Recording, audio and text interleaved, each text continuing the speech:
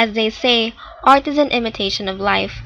Thus, it is no wonder that films also reflected the conditions of society. Gerardo de Leon's early masterpieces like Tayug, Ang Bayang Api in 1947 was about the colorum uprising in the 1930s.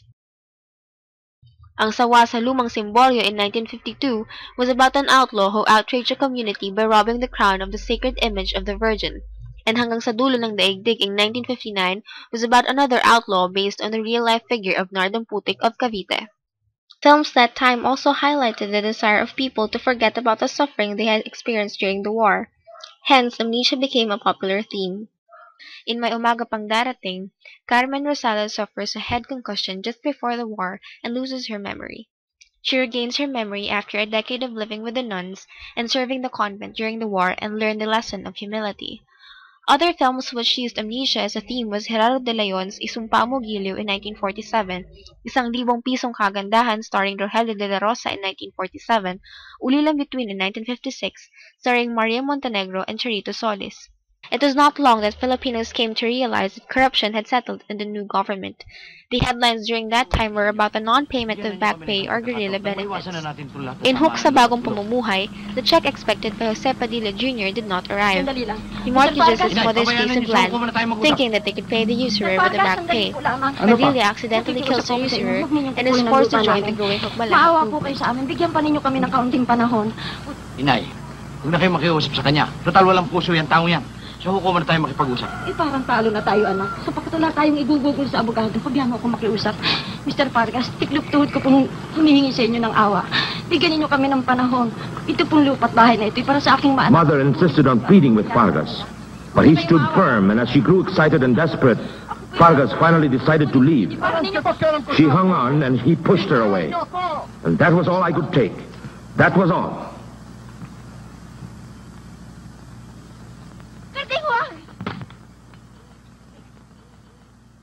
The Hook Balahap movement came to national prominence. Movies eagerly pounced on the new material, but the censors stopped it. The Board of Censors for Motion Picture, or BCMP, became more vigilant in shaping the film industry's response to realities of urban poverty, peasant and labor unrest, graft and inefficiency in the bureaucracy, and rampant criminality. In films like Ako Raw Ay Hook, Labi ng Bataan, Barilo Araro, and Bisig ng Magagawa, the post-war agrarian problem was portrayed to have originated in the war.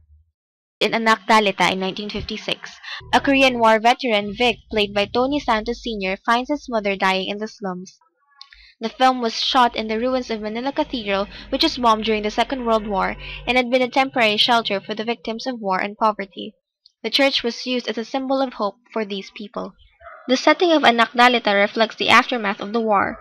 Even in the 1950s, Anak Dalita already reflected today's social issues such as problems of illegal settlers in urban spaces.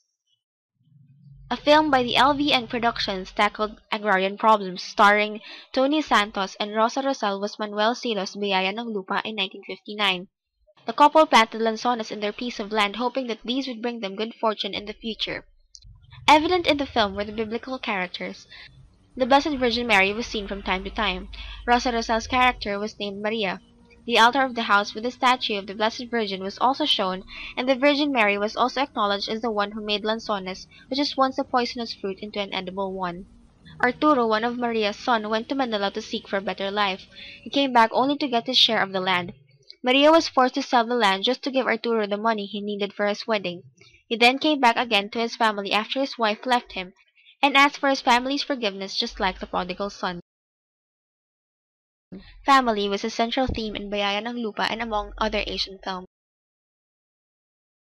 If film is a mirror of the sentiments of its time, then it has wittingly captured the tragedy of post-war era, the festering decay of morality, the growing corruption, and the amnesia of history.